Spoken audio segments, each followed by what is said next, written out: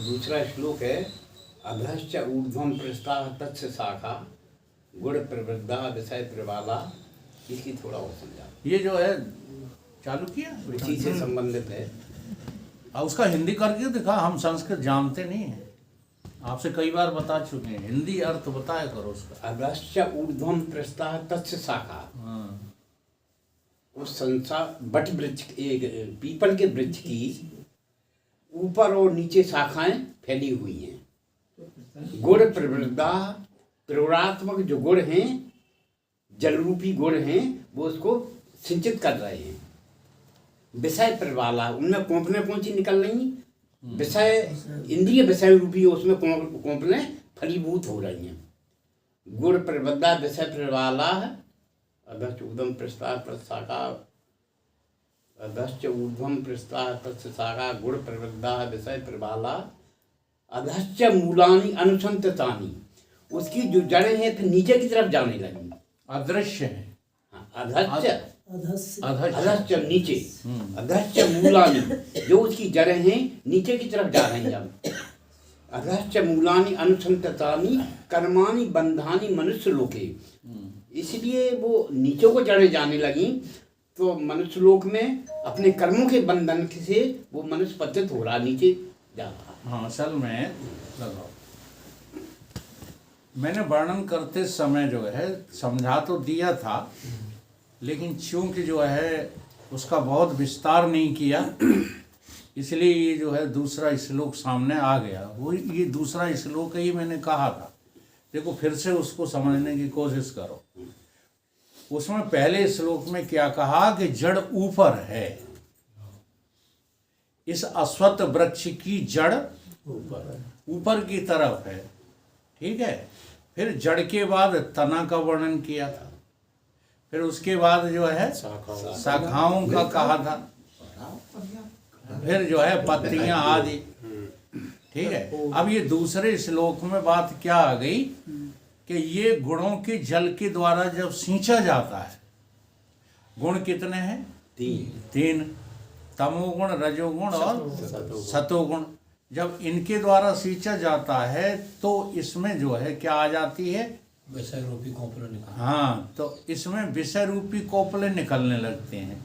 अब वो जो मैंने कोपले आपको बताई थी, ठीक है, वो यही बताई थी, लेकिन आपने उस समय ध्यान नहीं दिया। अब ये विषय रूपी कोपले जो है क्या करेंगी? कौन सा फल देंगी? अच्छा, वो है ना? तो ये कर्म रूपी फल ही तो देंगे, और क्या देंगे? अब हमें यहाँ करना क्या है? इनने दूसरे श्लोक में कहा कि वो जड़ई जो है अपना क्या बदल देती है? रास्ता बदल देती है। अब वो नीचे की तरफ चलने लगती है। इसका सीधा सीधा अर्थ यहाँ से शुरू होता है कि वास्तव में तो आप ब्रह्म हैं। वास्तविक स्वरूप आपका क्या है? ब्रह्म है। लेकिन आप अपने स्वरूप को न जानने के कारण से बीच में अज्ञान खड़ा हो गया, और अज्ञान जन्य जो है आपका पतन शुरू हो गया। अब ये जब गुण काम करेंगे तो आपको किधर ले जाएंगे? नीचे की तरफ ले जाएंगे, अधोगति की ओर ले जाएंगे। अब आपको अपना ख्याल नहीं है, आप किसी दूसरे को अपनी मैं समझ बैठे हो, जो तुम्हारी मैं नहीं है। जब बीच में पर्दा पड़ जाए, या बीच में जो है, इसका सबसे सटीक उदाहरण दर्पण है। जब दर्पण में आप दिखाई दिए, तो जो आप दिखाई दिए हैं वो आप हैं क्या? वो आप नहीं हैं। अगर दिखाई देने वाले को आपने अपना आपा देख लिया, तो फिर आप अधोगति को ही तो जाएंगे, क्योंकि ऊर्ध गति जो थी वो तो आपने जो है अज्ञात हो गई आपको, या यूं कहो विस्मृत हो गई आपको। अज्ञान का हो, या विस्मरण का हो, या अविद्यमान का हो, ये सब एक ही पर्यायवाची शब्द हैं। समष्टि में उसी को अज्ञान बोल दिया है, अव्यष्टि में उसी को जो है अविद्यमान, अविद्या बोल दिया है, ठीक है। और साधना के जो है प्रयोजन से उसी को विस्मरण बोल दिया। तो विस्मरण, अविद्या और अज्ञान ये तीन चीजें नहीं है, एक ही है। आत्मा का अज्ञान अगर तुमको पता हो कि ये अज्ञान है, इसकी वजह से मैं आत्मा तो हूं लेकिन लग नहीं रहा हूं, लग क्या रहा हूं, अनात्मा, ऐसा आपको पता हो तो आप ही तो ईश्वर हैं। पता होने का नाम ईश्वर तत्व है और न पता होने का नाम जीव तत्व है। जीव और ईश्वर में यही भेद है। दोनों की उपाधियों का जो है भेद होने के कारण से एक ही चेतन तत्व में हमको दो लगने लगते हैं। अविद्यमान होने के कारण से, विस्मृत होने के कारण से हम जीव बन गए हैं। आत्मा का विस्मरण ही जीवत्व है, बाकी कुछ नहीं है। अब पतन शुरू हो गया। कैसे कि जीव का विस्मरण कर जाओगे, अभी तो आत्मा का विस्मरण है, आत्मा अज्ञात है। अब जीव भी विस्मृत हो जाएगा, आपको जीव भी अज्ञात हो जाएगा, जीव भी अविद्यमान हो जाएगा। जब जीव का आपको जो है बोध नहीं रहता तो आप कौन हो जाते हैं, आप देह हो जाते हैं। ये है खेल। अब जब आप देह हो गए, और देखो एक चमत्कार और होने वाला है।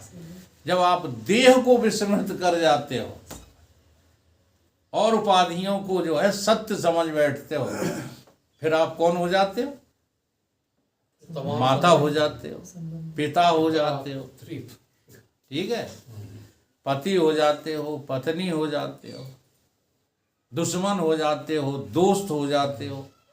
ये सब खेल किसका चल रहा है?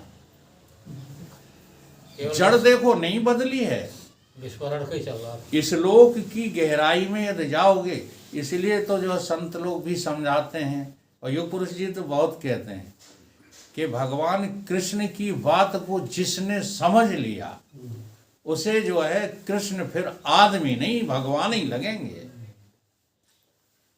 लोग कहते नहीं कि हम तुम्हारे कृष्ण को भगवान नहीं मानते, गीता को तो मानते हैं हम, लेकिन कृष्ण को हम भगवान नहीं मानते। तो गीता जैसी सच्चाई यदि कोई जो है जानता है और जान करके जो है उसका प्रवचन करता है, प्रवक्ता है, तो फिर वो भगवान के अलावा और कोई हो नहीं सकता। ये बहुत बड़ी सच्चाई है। इसलिए जो जड़ है चौहान साहब, वो तो जो है अधोगति की तरफ नहीं गई है, केवल आपकी अज्ञानता के कारण से ही वो लगने लगी। अब आपको क्या लगता है बड़ा कौन है? देखो इतना बड़ा हमारा पतन हो गया, सबसे ऊपर तो था कौन? ब्रह्म, सबसे ऊपर था। लेकिन ब्रह्म का विस्मरण हो जाने से, आत्मा का विस्मरण हो जाने से अब हमें ऊपर कौन लगता है? ईमानदारी से बात करो, पीएम लगते हैं ऊपर कि नहीं? राष्ट्रपति ऊपर लगते हैं कि नहीं लगते? राजे महाराजे ऊपर लगते हैं कि नहीं लगते हैं? मंत्री संतरी। अब देखो कौन ऊपर लगने लगा। अमेरिका सबसे बड़ा देश लगने लगा। Super power. ये तुमने अपनी बुद्धि का नाश कर लिया है। इसलिए इसमें एक श्लोक जो है और पहले वाला जोड़ दो, जोड़ के उसको समझो। ध्यायतो विषयान पुंसा संगे तेसु संजायते धीरे धीरे धीरे धीरे बुद्धि नाशा प्रणश्यते। आपने अपनी बुद्धि का क्या कर लिया है? नाश कर लिया है। अब ये कैसा नाश है? ये हमेशा के लिए नाश नहीं है, लेकिन यदि आप इसी बुद्धि से अपना ये जो है मनुष्य का कीमती वक्त व्यतीत करते हुए शरीर छोड़ गए, तो आप समझो कि आपकी बुद्धि का पूरा नाश हो गया। अगर समझ जाओ तो अभी आप वहां से वापसी कर सकते हो। इन गुणों के कारण से, माया की वजह से ही आपकी जो ऊर्ध्व गति थी वो अधोगति में बदल गई है। जड़ कभी भी, जी हाँ, नीचे से ऊपर, ऊपर नीचे नहीं होती है।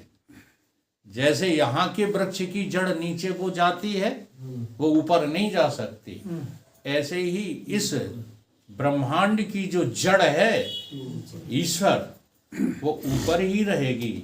ईश्वर को कभी कोई झुका नहीं सकता। कहते भी हैं संत लोग, जो है एक नारा लगाते हैं, हाँ, इस जगती में सतगुरु का झंडा कभी न झुकने पाएगा। ईश्वर का झंडा कभी झुकने नहीं पाएगा। आपकी दृष्टि में प्रलय हो जाएगी, आपकी दृष्टि में दुनिया मर जाएगी, ठीक है। फिर कभी सोचोगे कि उद्गम होगा, दुनिया का फिर से जो है सृष्टि की उत्पत्ति होगी। क्या आप जानते हो कि ईश्वर की दृष्टि में ना कोई मरेगा और ना कभी सृष्टि बनेगी? क्यों? क्योंकि वो तो सबसे ऊपर बैठा देख रहा है।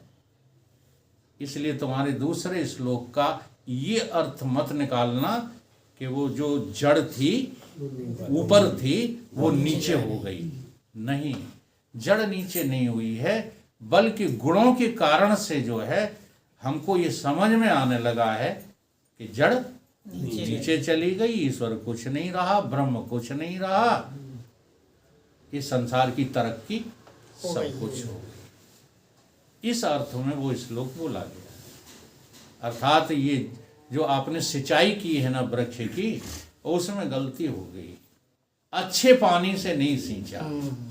हाँ, गुण तो तीनों थे और उसमें से अधिकांश जो है प्रयोग किसका किया गया?